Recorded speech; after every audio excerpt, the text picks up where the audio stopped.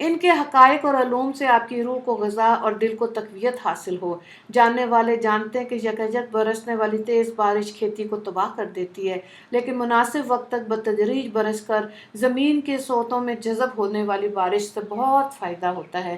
ان اعتراضات کے بعد رسول اکرم صلی اللہ علیہ وآلہ وسلم کو تسلی دینے کے لیے حضرت موسیٰ، حضرت ہارون، حضرت نوح، حضرت ہود اور حضرت صالح علیہ السلام کی قوموں کا ذکر کیا گیا۔ علاوہ ازیں اللہ کی قدرت اور وحدانیت کے دلائل بیان کیے گئے، آیت نمبر 45 سے 49 تک۔ اس صورت کے آخر میں عبد الرحمن رحمان کی مخصوص بندوں کی 13 صفات بیان کی گئیں۔ وہ یہ ہیں: تواضع، جاہلوں سے اعتراض، راتوں کو نماز اور عبادت، جہنم کے عذاب سے خوف، خرچ کرنے میں اعتدال، نہ فضول خرچی اور نہ ہی بخل، شرک سے مکمل اجتناب، قتل ناحق سے بچ کر رہنا، زنا اور بدکاری سے اپنے آپ کو بچا کر رکھنا، جھوٹی گواہی سے اعتراض، گانے بجانے اور برائی کی مجلسوں سے پہلو تہی، اللہ کی کتاب سن کر متاثر ہونا اور اس سے فائدہ اٹھانا، اللہ تعالیٰ سے نیک بیوی بچوں کی دعا اور یہ دعا کہ ہمیں ہادی اور مہدی بنا دیا جائے، آیت نمبر 63 سے 74 تک۔ اگلی صورت کے مطالعے سے قبل ہم اللہ تعالیٰ سے دعا کرتے ہیں: اے رحیم و کریم، تو محض اپنے فضل کرم سے یہ 13 صفات ہمارے اندر بھی پیدا فرما دیجئے تاکہ ہمیں بھی عباد الرحمن میں شامل فرما لیجئے، آمین یا رب العالمین۔ سورہ شعراء شروع ہو رہی ہے، اس کا نمبر 26 ہے اور نزول کے حساب سے 47 ہے، اور مکی صورت ہے، اس میں 227 آیات ہیں اور 11 رکوع ہیں۔ وجہ تسمیہ: وَالشُّعَرَاءُ يَتَّبِعُهُمُ الْغَاوُونَ، آیت نمبر 224 سے ماخوذ ہے، اور شاعروں کی پیروی گمراہ لوگ کیا کرتے ہیں۔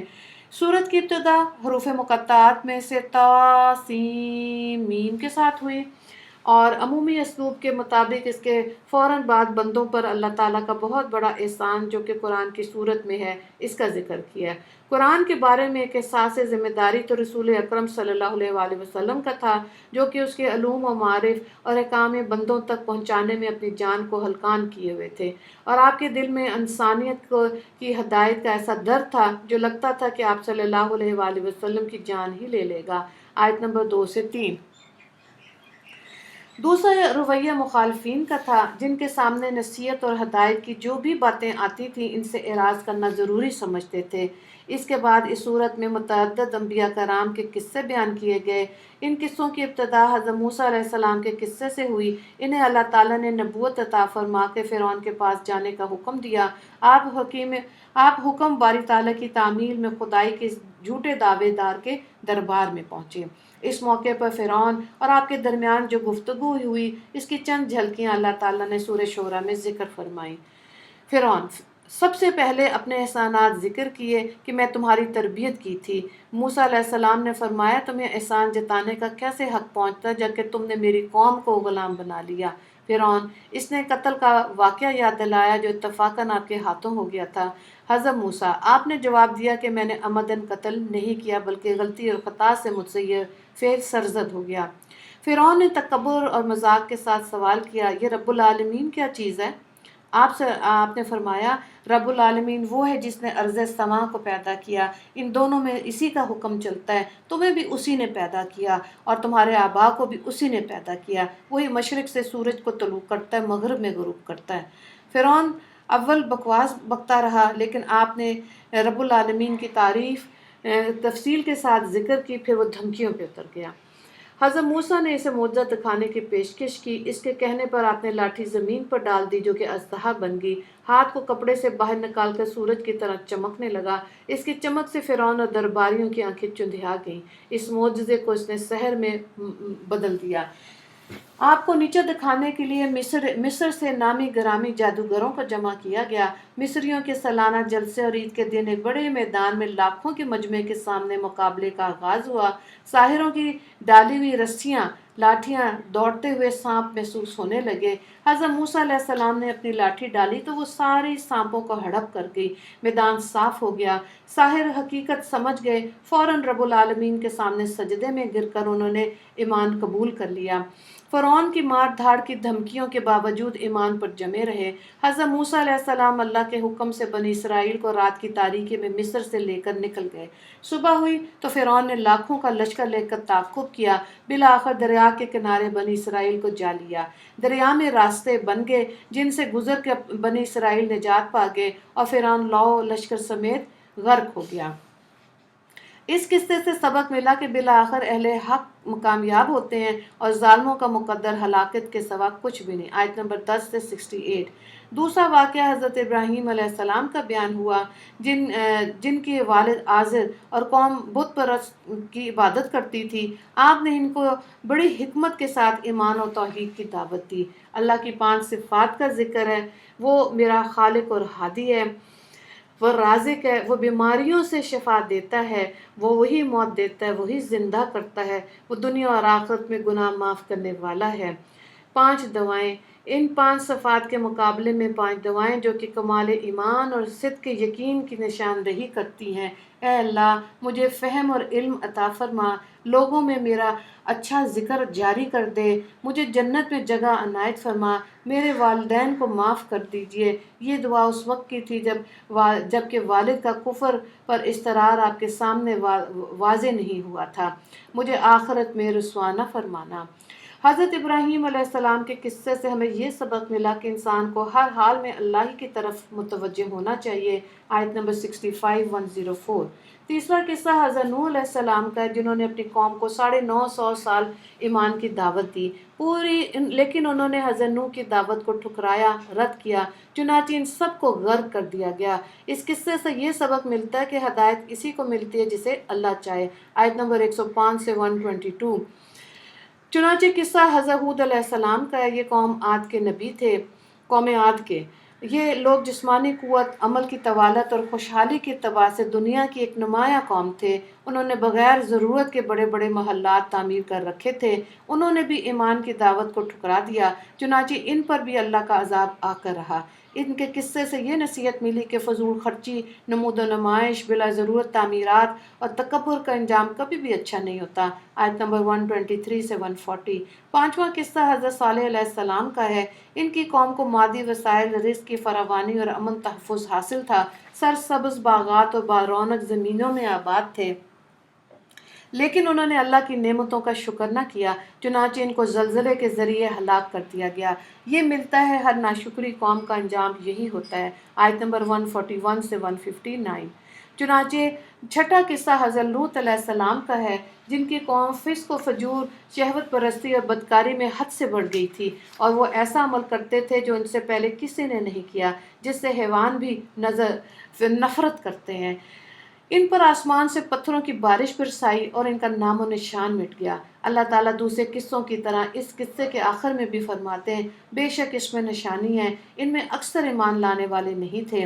نشانی اور عبرت یہی کہ نفسانی خواہشات کی تکمیل میں حد سے تجاوز کرنے والی قوم اور فرد کا انجام اچھا نہیں ہوتا۔ آیت نمبر 160 سے 175۔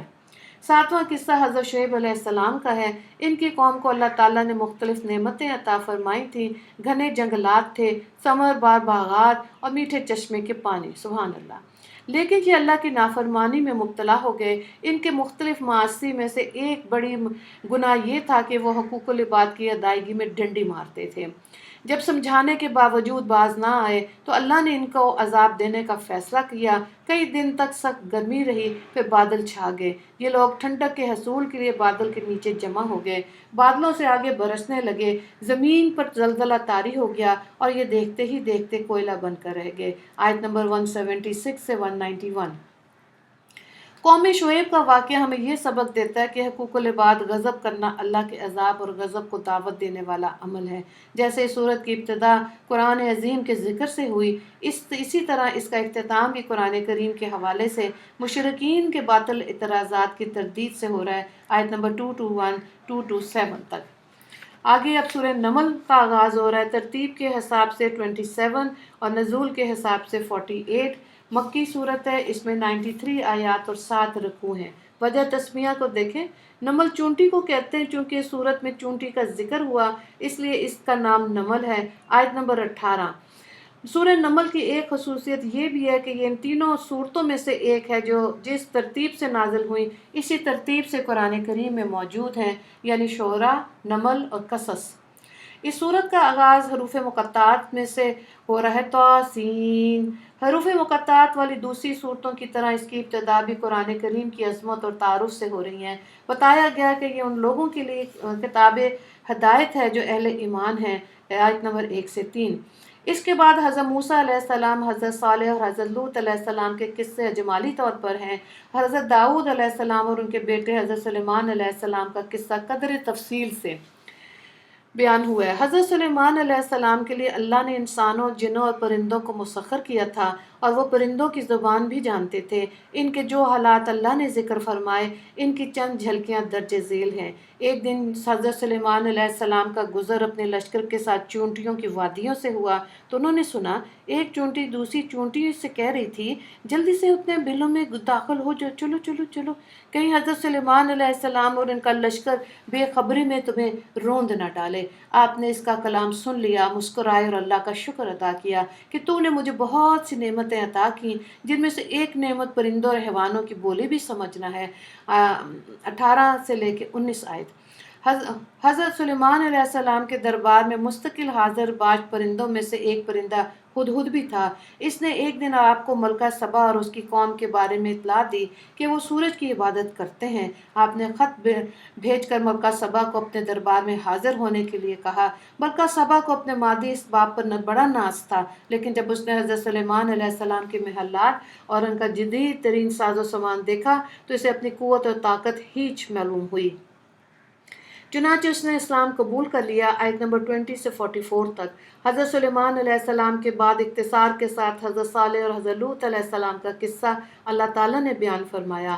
حضرت صالح علیہ السلام نے قوم کو ایمان کی دعوت دی تو وہ 2 حصوں میں تقسیم ہو گئی، یعنی مومن اور کافر۔ کافروں میں 9 لیڈر قسم کے سردار تھے جنہوں نے آپس میں قسمیں کھائیں کہ یہ طے کیا کہ ہم رات کو اچانک حملہ کر کے اللہ کے نبی کو قتل کر دیں گے، لیکن اپنے ارادے کو عملی جامہ پہنانے سے پہلے ہی وہ اللہ تعالیٰ کے عذاب کی لپیٹ میں آ گئے اور ان کا نام لینے والا کوئی باقی نہ رہا۔ آیت نمبر 45 سے 53۔